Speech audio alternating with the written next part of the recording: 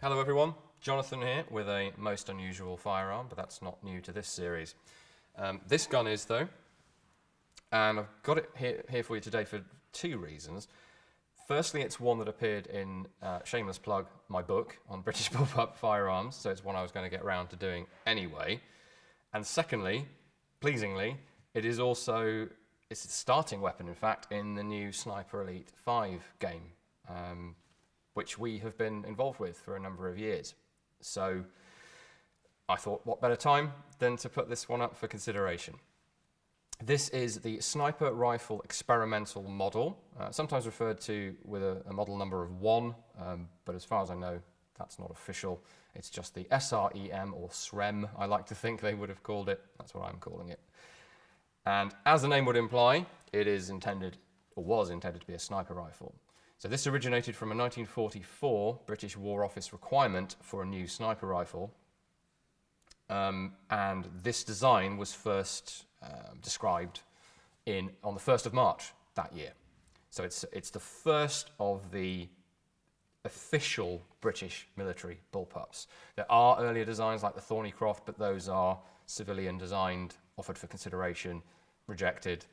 The first thing to come from within the establishment, as it were. So picking up this new requirement for a sniper rifle was the Armament Design Department, who were based in various places within just a few years. In 1944, they were at Fort Halstead, which is still a location for research and development, interestingly. And it was the Czech section specifically. There were various named sections corresponding to groups of refugee engineers and scientists and designers. The EM2 had a similar origin story, but this was developed by the Czechs. Unfortunately, we don't have an individual designer's name for this thing, which is a bit of a shame, so we can't look into who this guy was and where he went after the war and whatever else we might be able to find out about him. We just don't know. But we know it was the Czechs at the ADD, previously at Enfield, ended up at Cheshire by the time of the EM2. We're looking at Kent for this, though, specifically Fort Halstead. Now, what they went with is pretty left field.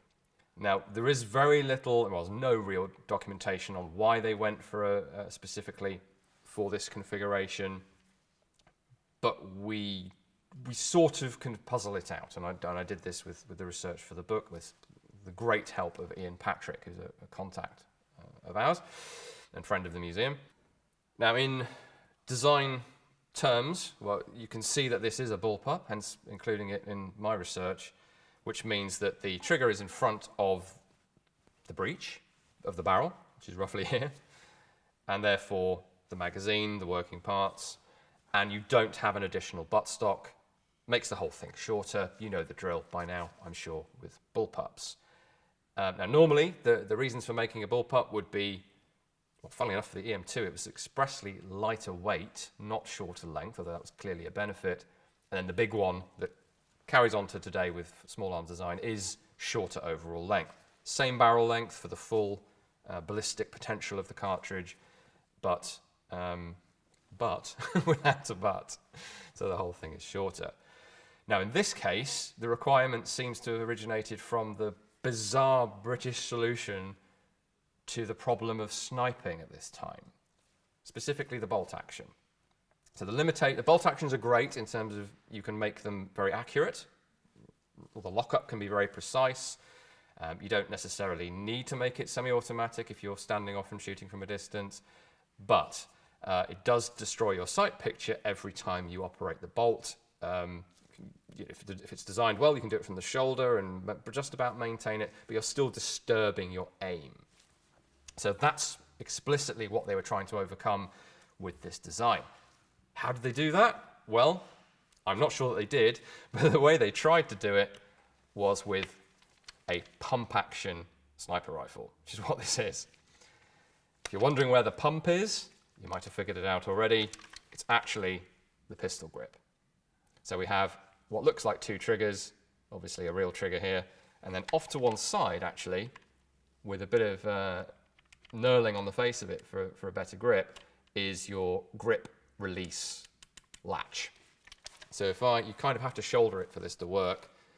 Press that with your shooting finger, that unlatches the grip, we can then rip that to the rear, and you'd have to give it a bit of welly, which doesn't always sit well when you're handling unique items like this, but we have to do it. Pull the bolt to the rear. It goes downhill into the buttstock, or non-buttstock, and that's it at its rearmost travel, and then forward. And that allows you to, I'll just dry fire it the once, to fire it. Now, in actual operation, of course, you would be ripping this back and forth at a fair old rate without trying to disturb your sight picture too much. And believe it or not, this is the British answer to, well, really, so the parallel American development was, of course, the M1 Garand, the M1C, the M1D. They didn't get into service until after the Second World War. The very obvious solution: pick the most accurate semi-automatic rifles that you already make, put scopes on them. We couldn't do that because we didn't make a semi-automatic rifle. We'd kind of failed with that with the Farker Hill back in 1918. So we had to start from scratch, and they were looking at semi-automatic designs. We know this, the SLEM that we've covered previously being one of them, but that was for an infantry rifle. The intent for the sniper rifle, at least for a brief period of time, was it would be pump action, which is just bonkers. So I mentioned the bolt going downhill. Why does the bolt go downhill? Well, it's to give you a drop in the stock. So we now know that straight line designs are best in terms of recoil, and then we just build up a sight mount so that your sight is up here for the eye line to be correct. Well, then they wanted the scope to be in line with the bore as much as possible, which is in theory ideal, and so they dropped the stock, and to have enough travel for the bolt has to go downhill to function.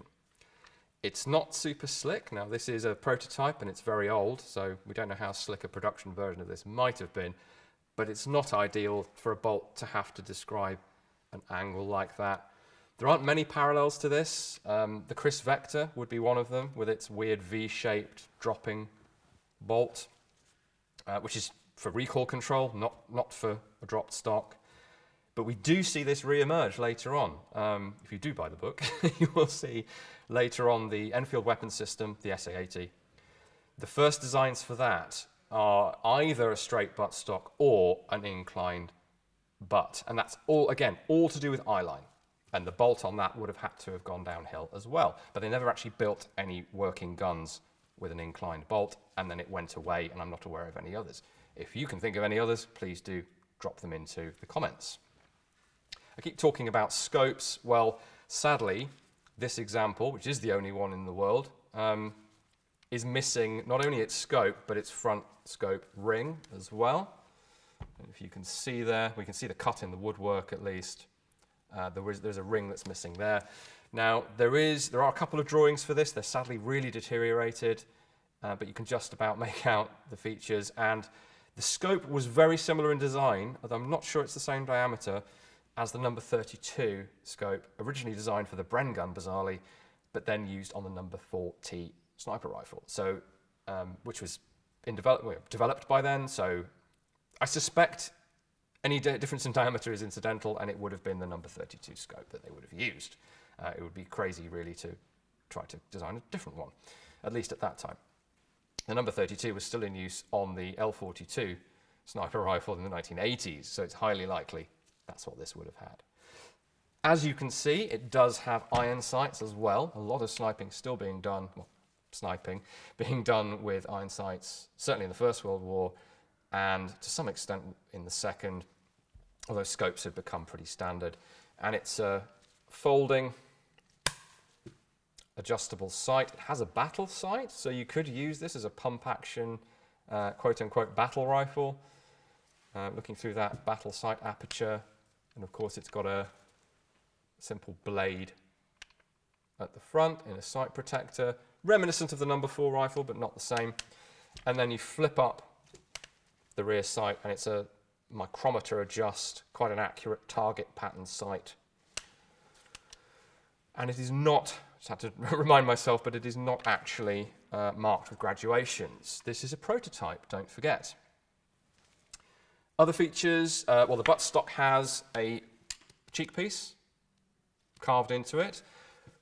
For sighting through the scope, that's pretty good, but it does mean that part of your cheek is touching the bare metal. Not good in Arctic conditions at the very least. So always a problem with some of these bullpups is where the heck to put your face. And then if you're trying to sight through the iron sights, well, that means you have to put your cheek actually on this cover here. Now, this doesn't move. This is just a breech cover. Safety. There is a manual safety here, and it's very straightforward. Rotate it to the rear, and it blocks the trigger. We also have a, sadly, very perished, nothing you can do about this, rubber just does not survive, recoil-absorbing butt pad. Now, there's a lot of debate about recoil with bullpups. This is a relatively short stock, and the fact that the butt pad is on there tells you that this probably was quite severe in the recoil. It's a relatively lightweight rifle as well, and it's 7.92 by 57, a full power, very much a full power cartridge, a bit more powerful than 303 in fact. As to why they were using 7.92, well, the British establishment is going back and forth in around 1944 between the 303 that they want to get rid of, the 7.92 German round that we already make at that time, and the American 30-06 round, and at various points they're thinking of adopting one of the two, and then we end up not adopting either of them. That's another story. Now, I mentioned number 4 rifle. Well, intriguingly, what the guys at Rebellion have done with Sniper Elite 5, the game, is when this is your starting rifle, which is an interesting choice, but I guess makes sense because the protagonist of the game is this elite soldier, SOE trained. He would have access to the latest prototypes. That's the sort of justification. But the first version that you run with has a fully enclosed woodwork to just shy of here, and full-on number 4 sight, front sight. So at first it's kind of, oh, it looks like a number 4. But because you can upgrade your weapons in games these days, you can make it look like the real thing. So if you're a super nerd like me and you're a gamer, you can unlock your upgrades and make it look like this, only with a scope. Very cool to see it in a piece of popular culture like that, and it is our fault because I did advise on Sniper Elite 4, and this was my suggestion when they came looking for funky guns that could plausibly exist in that place at that time. And so it's now, well, it's never going to be famous, but it is going to be out there. Now, I think there is a bit of disassembly that's worth doing on this. So if we pop down the iron sight. So the only real, like most manually operated rifles, the only routine disassembly you'd want to do is take the bolt out. So we'll see if we can do that. I've done it before, hopefully I can remember. So there's a cross pin here. You do need some sort of tool to pop it out, so I've just got a brass rod. So we poke that out it falls. Now, it is meant to be captive. There's a channel in there for some sort of a detent, such that it would stop at the end of its travel and you wouldn't lose it and have no cover, which would be a bit alarming as you rack this thing to the rear. The breech cover would potentially pop open without the pin. To show you what I mean, and to show you how it comes apart, there it is. So it's a simple, once the pin's out, it's just lifted up, it hinges and remains in place. And you can see the channel in which the bolt runs once it goes downhill. Now, to show you properly, I will need to cock it. So I have to put this in the shoulder, slightly awkward. Pull it to the rear. So the bolt, the initial resistance there is, of course, the lugs, locking lugs unlocking. Once you've overcome that, it does come back fairly easily.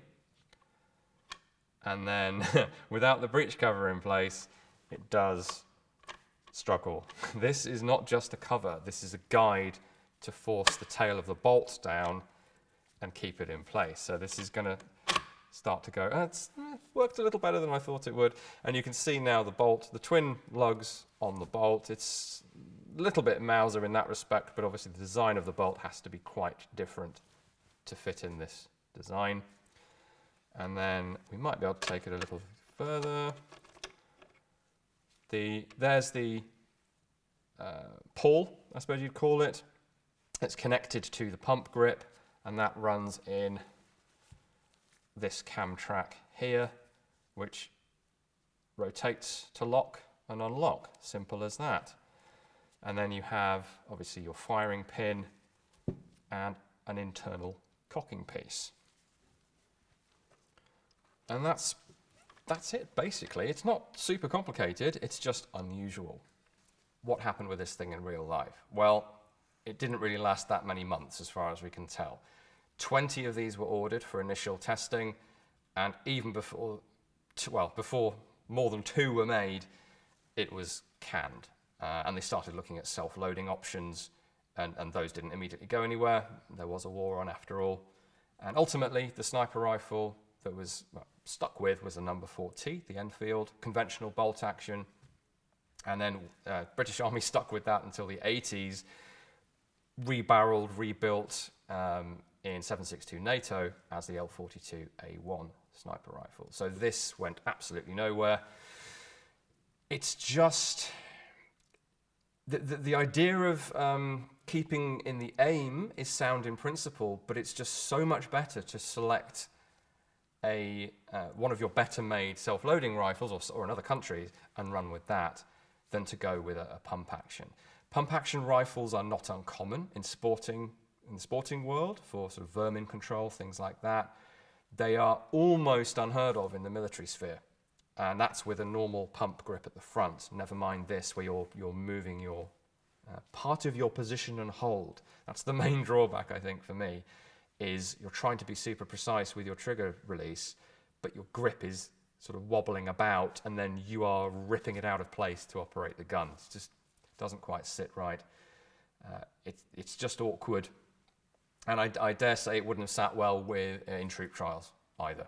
So we don't ultimately know why it was killed, but I think we can take a good guess that it was just an experiment with something different that didn't really work out, and it was already obvious that self-loading rifles were the way to go. The Russians fielded an awful lot of what we'd now regard as designated marksman rifles, but they were then sniper rifles quite successfully, and the Americans were working on it as well. So yeah, self-loading was the way to go. Or for true long-range, what we now think of as true sniping, stick with bolt action. It's only in the last couple of decades that we've been able to mass-produce economically very precisely made self-loading rifles that are just as good as a bolt action. And they are now, by the way, just as good as a bolt action. Some long-range shooters might fire comments at me for that, but in a military context, in the broader picture, we can now live with self-loading rifles as true sniper rifles if we want to.